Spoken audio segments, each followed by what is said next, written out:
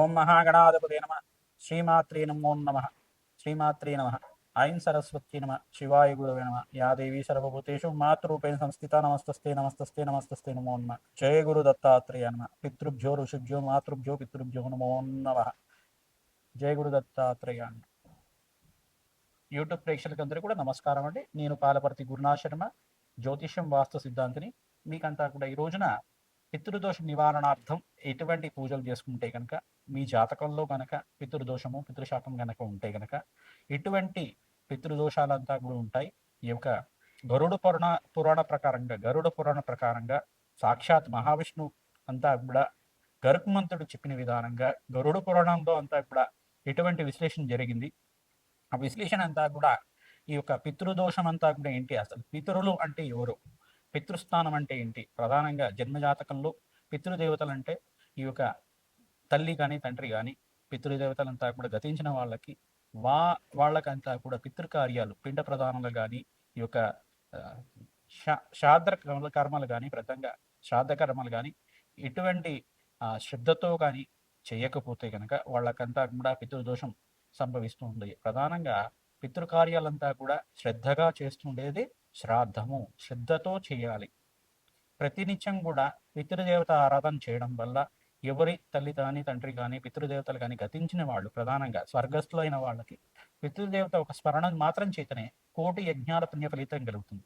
అసలు పితృదోషం అంటే ఏంటో తెలుసా మీకంతా కూడా?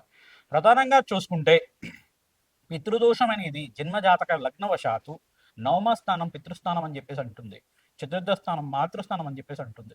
ప్రధానంగా నవమ స్థానాన్ని కేంద్రంగా తీసుకొనేసి ఈ యొక్క లగ్నవశాత్తు చూసుకుంటే నవమ స్థానంలో రాహువు కానీ కేతు కానీ సంచారం జరిగినప్పుడు ప్రధానంగా ఈ యొక్క లగ్నవశాత్తు చూసుకుంటే రాహువు కానీ కేతు కానీ ఉన్నప్పుడు గనక పితృదోషం వర్తిస్తుందని చెప్పేసి జ్యోతిష పరిభాషలో అంతా కూడా చెప్పడం జరుగుతుంది.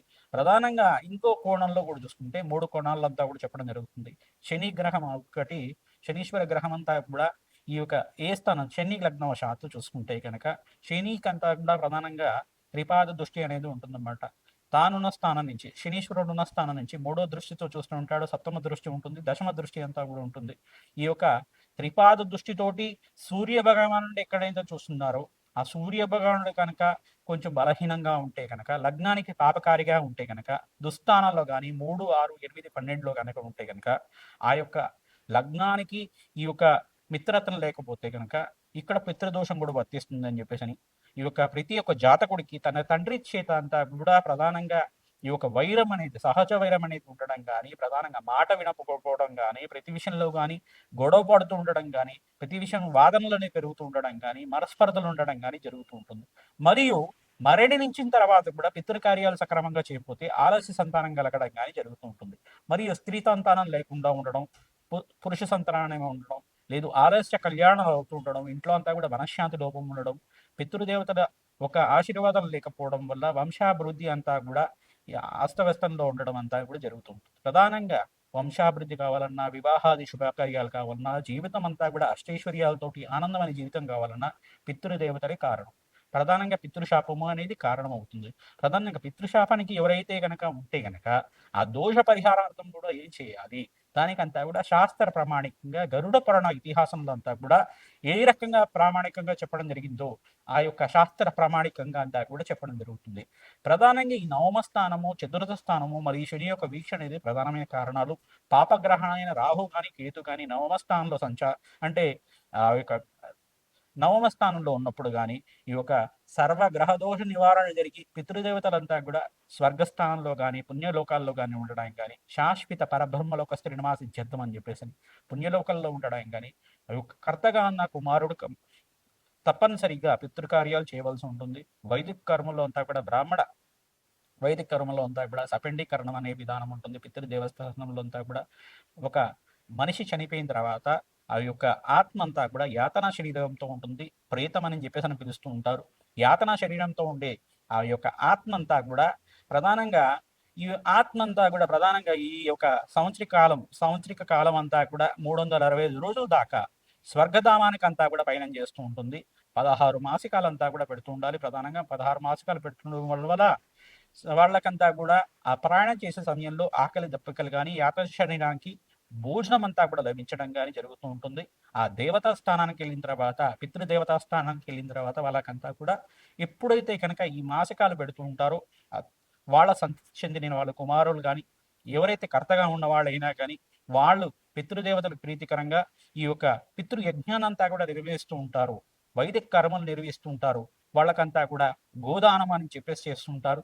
ఆ గోదానము వృషభ సహితంగా అంతా కూడా సద్బ్రాహ్మణకంతా కూడా దక్షిణ సహితంగా అంతా కూడా చేయడం వల్ల, ఆ గోదానం అంతా కూడా చేయడం వల్ల వాళ్ళకి శాశ్వత పరబ్రహ్మలోక నివాసం కలుగుతుంది. ఎప్పుడైతే పిండ ప్రదానాలు తిలతర్పణాలంతా కూడా అర్పించడం వల్ల, తిలతర్పణాలు చేయడం వల్ల, స్వదాదేవికంతా కూడా తిలతర్పణాలు చేయడం వల్ల, ప్రధానంగా పితృదేవతలు ప్రీతికరంగా అమావాస్య రోజున సద్బ్రాహ్మడికంతా కూడా స్వయంపాక దానం చేయడం వల్ల బ్రాహ్మణానం మమ దేవానం సాక్షాత్ మహావిష్ణు స్వరూపాయ నారాయణ స్వరూపాయ అని చెప్పేసి ఉంటుంది వేదమంతా కూడా.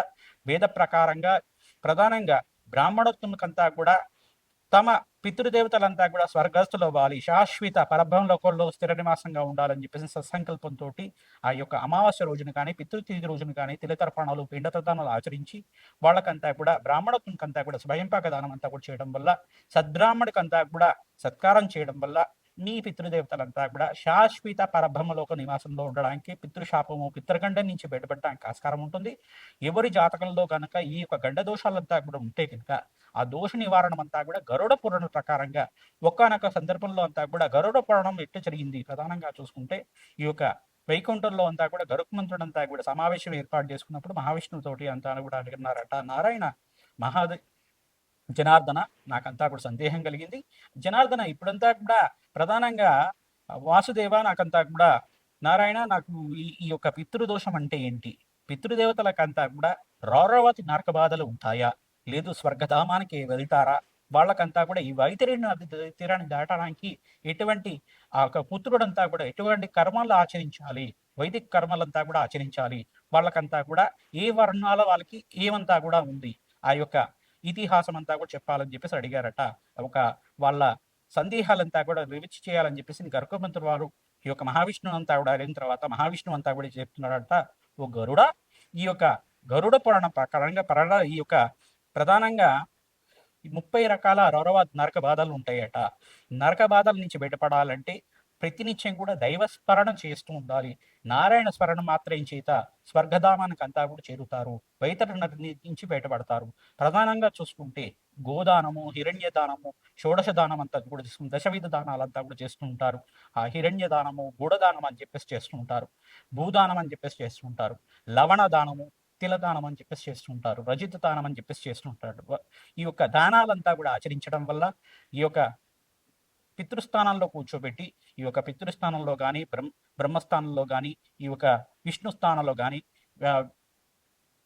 సర్కార గ్రహదోష నివారణ జరగడానికి వాళ్ళకంతా కూడా పితృదేవతలకంతా కూడా శాంతించే విధంగా స్వయంపాక దానం కానీ బ్రాహ్మణోత్తమకంతా కూడా వైదిక కర్మలు బ్రాహ్మణ కర్మలు అంతా కూడా బ్రాహ్మణోత్తమకంతా కూడా భోజనం అంతా కూడా పెట్టడం వల్ల పితృదేవతా స్వరూపంగా వాళ్ళంతా కూడా భావించి దేవతా స్వరూపంగా మహావిష్ణు స్వరూపంగా భావించి వాళ్ళ ఆశీర్వాదం తీసుకోవడం వల్ల శాశ్వత మోక్షసిద్ధి కలుగుతుంది. ప్రతినిత్యం కూడా వాళ్ళు పితృదేవతా స్మరణం చేసుకుంటూ ఉండాలి. అమావాస్య రోజున తప్పనిసరిగా పితృదేవతలు ప్రీతికరంగా తిలతర్పణలు ఆచరించడం కానీ, ప్రతినిత్యం కూడా ప్రతి యజ్ఞంలో ఉండడం కానీ, సంవత్సరిక కాలంలో అంతా కూడా సంవత్సర సూతకం అంతా కూడా పాటించడం కానీ జరుగుతూ ఉంటుంది. ఈ యొక్క కాలంలో అంతా కూడా ఎవరైతే కర్తగా ఉన్నారో ఈ యొక్క నిర్దిష్టమైన కర్మలంతా కూడా ఆచరించడం వల్ల పితృదేవతలు శాంతించి వాళ్ళ యొక్క పూర్వీకులంతా కూడా శాశ్వత పరబ్రహ్మకులు ఉండడం కానీ జరుగుతూ ఉంటుంది. ప్రధానంగా చూసుకుంటే మీ తండ్రి పితృకర్మాలు చేశారా లేదా, వాళ్ళ తండ్రి పితృకర్మాలు చేశారంటే 4 తరాల దాకా చూసుకోవాల్సి ఉంటుంది. మీకు ఎట్లా తెలుస్తుంది? జాతకం అనేది జ్యోతిష పండితులతో చూపించుకోవడం వల్ల కానీ, ప్రశ్నార్థోడ జాతకం ప్రకారంగా ప్రశ్న లగ్న జాతకం ప్రకారంగానే జన్మజాతకం అనేది చూపించుకోవడం వల్ల సకల గ్రహదోష నివారణ జరగడానికి ఆస్కారం ఉంటుంది. ప్రధానంగా పితృణాం వసురుద్ర ఆదిత్య స్వరూపంగా ఉంటారు. పితృణాం వసురుద్ర ఆదిత్య స్వరూపాయ అని చెప్పేసి అంటారు. వసురుద్ర ఆదిత్య స్వరూపంలో ఉండే ఈ పితృదేవత ఆశీర్వాదం లభించడం వల్ల పితృణాం శాశ్వత పరబ్రహ్మలోక నివాస సిద్ధ్యర్థం, శాశ్వత వైకుంఠలోక ప్రాప్త్యర్థం అని చెప్పేసి అంటుంది. ఈ సంకల్ప విధానంగా అందరూ కూడా ఆచరించడం వల్ల సర్వే పితృణం శాశ్వత మోక్ష సిద్ధి ప్రాప్త్యర్థం అని చెప్పేసి ఈ యొక్క పితృకర్మలంతా కూడా ఆచరించడం వల్ల మోక్ష ప్రాప్తి కలుగుతుంది, వంశాభివృద్ధి కలుగుతుంది, అష్టైశ్వర సిద్ధి కలుగుతుంది. ఎవరైతే కనుక ఈ యొక్క తమ పితృదేవతలు గతించిన వాళ్ళకంతా కూడా పితృణాం శాశ్వత మోక్ష సిద్ధి ప్రాప్తిద్దామన్న తిరితర్పణాలంతా ఎంతైతే నువ్వులంతా కూడా వదిలిపెడతారో ఆ యొక్క వైదిక కర్మ చేసిన వాళ్ళకంతా కూడా పితృదేవతలంతా కూడా ఆశీర్వాదం ఇస్తాయి. ఎంత నువ్వులైతే నేల మీద పడతాయో ఆ నువ్వుల యొక్క శక్తి అంతా కూడా అంత 1000 కోట్లు వాళ్ళకి ఆశీర్వాదం అంతా కూడా లభించాలి. వాళ్ళకంతా కూడా శాశ్వతంగా అష్టైశ్వర సిద్ధి కలగాలని చెప్పేసి, వంశాభివృద్ధి కలగాలని చెప్పేసి పితృదేవత ఆశీర్వాదం అంతా కూడా లభిస్తుందట. పితృదేవతల శ్రద్ధగా చేస్తే కనుక పితృదేవతల ఆశీర్వాదం అంతా కూడా శీఘ్రంగా లభిస్తూ ఉంటుంది. ప్రధానంగా చూసుకుంటే దేవతా పూజలో కన్నా లోపాలు జరిగితే కనుక దేవతలంతా కూడా క్షమిస్తారట. కానీ పితృదేవత పూజలో అంతా కూడా పితృదేవత ఆచారంలో విధానంగా కూడా ఈ పిండ ప్రధానం శ్రాద్ధ కర్మల్లో కూడా ఎటువంటి లోపం జరగకుండా ఉండాలట. వాళ్ళకంతా కూడా కోపం వస్తుందట. ఆ కోపమై మీకంతా కూడా పితృశాపంగా పరిగణనలో తిరుగుతుంది. తద్వారా మీరంతా కూడా ఇటువంటి కర్మల నుంచి బయటపడాలంటే గనక ఎటువంటి ఆచారాలు పాటించాలి, ఎటువంటి దోష పరిహారం చేసుకోవాలో అంతా కూడా మేషాది ద్వాదశ రాశుల వాళ్ళకి తెలియడం జరుగుతుంది. ప్రధానంగా నవమ స్థానము, చతుర్థ స్థానం అంతా కూడా కేంద్రంగా చేసుకొని ఈ యొక్క దుర్దోషాలంతా కూడా నివారణ చేసుకోవడానికి మోక్ష నారాయణ బలి విధానం ఆచరించాలి. ఎవరైతే కనుక మోక్ష నారాయణ బలి విధానం ఏ ఏ స్థానాలు చేసుకుంటే కనుక ఎటువంటి ఫలితాలు వస్తాయో తెలుసుకుందాం. ప్రధానంగా చూసుకుంటే ప్రధానంగా ఈ యొక్క బ్రహ్మ కపాలం దగ్గర అంతా కూడా ఈ యొక్క శిరోగయ అంటారు. దీన్నంతా కూడా బ్రహ్మస్థానం అనేది ఉంటుంది. బ్రహ్మ శిరస్సు అంతా కూడా పణిస్థానం అని చెప్పేసి అంటారు. బ్రహ్మ కపాలం అంతా కూడా ఉంటుంది. కావున ఈ యొక్క శిరోగయ దగ్గర అంతా కూడా ప్రధానంగా బ్రహ్మస్థానం అని చెప్పేసి అంటారు. కాబట్టి ఆ ప్రాంతం దగ్గర అంతా కూడా ఈ యొక్క పిండ ప్రధానాలు ఆచరించడం వల్ల శ్రాద్ధ కర్మలు కానీ మోక్షనారాయణ బలి విధానం కానీ ఆచరించడం వల్ల శాశ్వత బ్రహ్మలోక ప్రాప్తి కలుగుతుంది. పితృదేవత దోష నివారణ జరుగుతుంది. వంశాభివృద్ధి కలుగుతుంది. అష్టైశ్వర సిద్ధి కలుగుతుంది.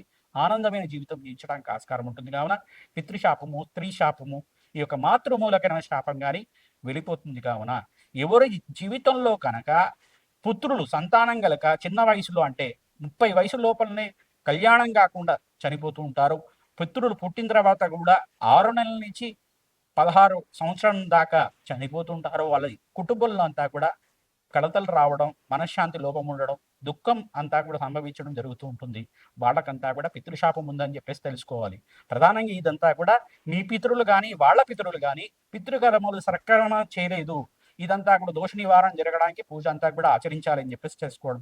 10 మందికి భోజనం పెట్టడం వల్ల పితృదోష నివారణ జరుగుతుంది. 10 మంది గోమాతకంతా కూడా గ్రాసము, పచ్చికంతా కూడా నీ చేత్తో ప్రతినిత్యం కూడా పెట్టడం వల్ల, గోమాత సేవ చేయడం వల్ల, సద్బ్రాహ్మడికి కానీ గోశాలలో కానీ గోమాతనంతా కూడా దానం చేయడం వల్ల సకల గ్రహదోష నివారణ జరిగి సకల పితృణాం శాశ్వత మోక్ష సిద్ధి ప్రాప్త్యర్థం అని చెప్పేసి ఇటువంటి మోక్ష సిద్ధి ప్రాప్తిస్తుంది.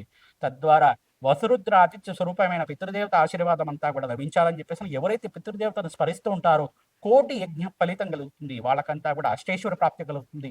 కోటి జన్మల పుణ్యప్రాప్తి కలుగుతుంది. కావున పితృదేవత ఆరాధన చేయండి. ఎవరు పితృలైతే గతించి ఉన్నారో వాళ్ళంతా కూడా తప్పనిసరిగా పితృకార్యాలు ఆచరించాలి. తద్వారా మీకంతా కూడా అష్టైశ్వర ప్రాప్తి కలుగుతుంది. పితృదేశ ఆశీర్వాదం వల్ల వంశాభివృద్ధి కలుగుతుంది. మేషాది ద్వాదశ రాశుల వాళ్ళు ఎటువంటి పరిహారం చేసుకోవాలో పితృదోష నివారణ అర్థం అంతా కూడా తెలుసుకుందాం. మిథున రాశి, మిథున లగ్న జాతకులు కానీ మిథున రాశి జాతకులైనా కానీ ప్రధానంగా చూసుకుంటే కనుక మీ జన్మ జాతకంలో లగ్నవశాత్తు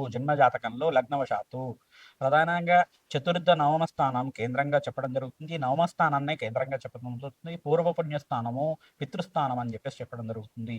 ఈ యొక్క పితృదోష నివారణం అంతా కూడా ప్రధానంగా చూసుకుంటే పాపగ్రహాల కలయిక అనేది నవమ స్థానంలో రాహువు కానీ కేతు కానీ ఉన్నా, శనీశ్వర వీక్ష అంతా కూడా సూర్య భగవానుడి మీద ఉన్న పాపగ్రహంతో పాటు కలిసి ఉన్న నవమ స్థానంలో పాపాధిపతి అంతా కూడా ప్రధానంగా రాహుకేతువులు కానీ శుభగ్రహంతో కలిసి ఉన్న ఈ యొక్క నవమ స్థానంలో అంతా కూడా దోష కారణం అవుతుంది.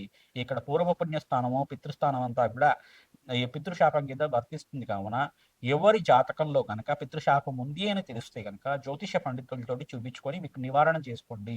తద్వారా మీకు అంతా కూడా పరిహారం అంతా కూడా చెప్తున్నాం. ఇప్పుడంతా కూడా మీ పితృదేవతలంతా కూడా వసురుద్రాతిథ్య స్వరూపులైన 4 తరాల దాకా శాశ్వత పరబ్రహ్మ లోకంలో ఉండాలి అంటే కనుక పితృదేవతల ఆశీర్వాదాలు లభించాలి అనుకంటే కనుక కలలో పితృదేవతలు కనబడుతున్నారు, మా తండ్రి కానీ గతించిన వాళ్ళంతా కూడా కనబడుతున్నారు, మా తాతగారు కనబడుతున్నారు అని చెప్పేసి భయపడుతుంటే వాళ్ళంతా కూడా సూచనప్రాయంగా చెప్తున్నారు. మీకంతా కూడా నా పితృకార్యాలు సక్రమంగా చేయలేదు, మీరంతా కూడా అన్నదానం చేయండి. ఈ యొక్క అమావాస్య రోజున కానీ నా పితృతిథి రోజున కానీ ఈ యొక్క అన్నదానం చేయించండి. పితృకర్మలంతా కూడా శ్రాద్ధకర్మలు శ్రద్ధగా చేయండి. తద్వారా మీకంతా కూడా ఆశీర్వాదం లభిస్తుందని చెప్పేసి సూచనప్రాయంగా చెప్పడం జరుగుతుంది. ఇది ఒక సూచనగా చెప్పడం జరుగుతుంది. ప్రధానంగా గరుడ పురాణం ఇతిహాసం ప్రకారంగా చూసుకుంటే, గరుడ పురాణం ప్రకారంగా పితృదేవతల ఆరాధనంతా కూడా ప్రేతస్థానం అని చెప్పేసి అంటారు. తర్వాత పితృదేవతలంతా కూడా ప్రధానంగా ఈ యొక్క ఆత్మ అంతా కూడా గతించిన తర్వాత పరలోకంలో అంతా కూడా పయనించడానికి, అంటే ప్రధానంగా చూసుకుంటే పుణ్యలోకంలో అంతా కూడా పయనించడానికి, శాశ్వతంగా వాళ్ళంతా కూడా పరబ్రహ్మలోకంలో ఉండడానికి, మోక్ష స్థితి కలగడానికి ప్రధానంగా సంవత్సర కాలం అంతా కూడా స్వర్గధామానికి అంతా కూడా పయనం చేస్తూ ఉంటారట. దాంట్లో వాళ్ళకి ఆకలి దప్పికలు ఉంటాయి.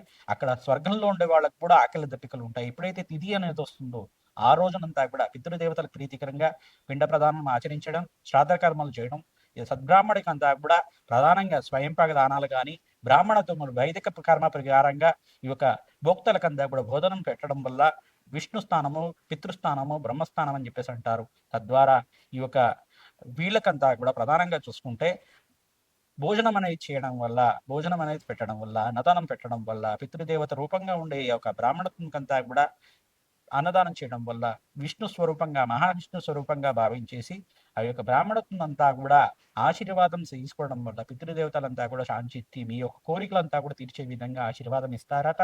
వాళ్ళకంతా కూడా పితృదేవతలకంతా కూడా ప్రీతికరంగా మీరంతా కూడా ప్రతినిత్యం కూడా స్మరణ చేసుకోవాలి. గతించిన వాళ్ళంతా కూడా వాళ్ళు మీకు ఎటువంటి సహాయం చేయకపోయినా కానీ, మీకు ఎటువంటి ఆర్థిక సహాయం చేయకపోయినా కానీ, మీకు ఎటువంటి ఒక ఆలన పాలన చూపకపోయినా కానీ, మీ యొక్క జన్మకి కారణమైన పితృదేవతల ఆశీర్వాదం అంతా కూడా మీకు లభించాలి. ప్రధానంగా మీకంతా కూడా ఎటువంటి వాళ్ళకైనా కానీ ప్రధానంగా పితృదేవతలు మంచి చేస్తే కనుక వాళ్ళు ఖచ్చితంగా వాళ్ళని ప్రతిరోజు కూడా గుర్తు చేసుకోవాలి. పితృదేవతల ఆశీర్వాదం అనేది యజ్ఞంతో సమానం. కోటి అశ్వమేధ యాగతులు చేసుకున్న ఫలితం అంతా కూడా కలియుగంలో ఎవరికైతే వస్తుందంటే కనుక అనాథ ప్రేత సంస్కారం చేసుకుంటే వస్తుందట. అటువంటి పితృదేవతల నిత్యం అంతా కూడా ప్రధానంగా చూసుకుంటే పితృదేవత ఆరాధన ఎవరైతే చేస్తున్నారో ప్రధానంగా వీరంతా కూడా మిథున రాశి వాళ్ళకి ప్రధానంగా చూసుకుంటే మిథున రాశి వాళ్ళకి ఈ యొక్క దోష పరిహారం అంతా కూడా పిఠాపురం దగ్గర కానీ, గోకర్ణం దగ్గర కానీ మోక్ష నారాయణ బలి విధానం ఆచరించి చేయాలి. ప్రధానంగా మీరంతా కూడా ఎవరు పితృదేవతలు అయితే గతించున్నారో మీ జన్మజాతకంలో గనక పితృదోషం ఉంది అని తెలిస్తే గనక మనశ్శాంతి లేదు, నాకంతా కూడా సంతానం ఆలస్యం అవుతుంది, వ్యాపారం అంతా కూడా నష్టపాలవుతున్నాం, మనశ్శాంతి లేకుండా అప్పుల పాలవుతున్నాను, ప్రతినిత్యం కూడా నాకు కష్టాలు ఎదురవుతున్నాయి, ఇటువంటి బాధలు ఉన్నాయని చెప్పేసి అనుకునే వాళ్ళు ఖచ్చితంగా మీరు ఈ యొక్క మోక్షనారాయణ బలి విధానం, తిలోహోమం అంతా కూడా గోకర్ణంలో ఆచరించడం వల్ల అష్టైశ్వర సిద్ధి కలుగుతుంది. మోక్షనారాయణ బలి విధానం అంతా కూడా అఖండమైన పుణ్యప్రాప్తి కలిగిస్తుంది.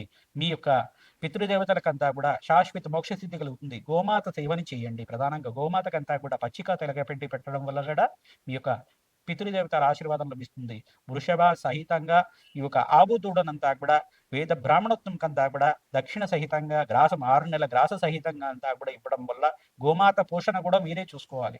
ఆ పోషణ అంతా కూడా చూసుకునే విధంగా మీరు శక్తి ఉన్న వాళ్ళు, ఆర్థికంగా ఉన్న వాళ్ళు అంతా కూడా గోశాలకంతా కూడా గోమాతనంతా కూడా దానం చేయడం వల్ల అఖండమైన పుణ్యప్రాప్తి కలుగుతుంది. వేద ఆశీర్వాదం బ్రాహ్మణానాం మమ దేవానాం నారాయణ స్వరూపాయ, మహావిష్ణు స్వరూపమైన నారాయణ స్వరూపమైన బ్రాహ్మణత్వం ఆశీర్వాదం అంతా కూడా తీసుకోవడం వల్ల స్వయంపాక దానాది కార్యక్రమాలు ఈ యొక్క వస్త్రదానం చేయడం వల్ల వంశాభివృద్ధి కలుగుతుంది. అఖండమైన కీర్తి ప్రతిష్టలు పెరుగుతాయి. సంఘంలో గౌరవం పెరుగుతుంది. రాజయోగం కలిసి వస్తుంది. అష్టైశ్వర సిద్ధి కలుగుతుంది. వంశాభివృద్ధి కారకుడు అవుతారు. పితృదేవతల ఆశీర్వాదం వల్లే సత్సంతానం కలుగుతుంది. పుణ్యవంతమైన సంతానం కలుగుతుంది. ఈ యొక్క మిథున రాశి వాళ్ళు ఈ పరిహారం అంతా కూడా చేసుకోవాలి.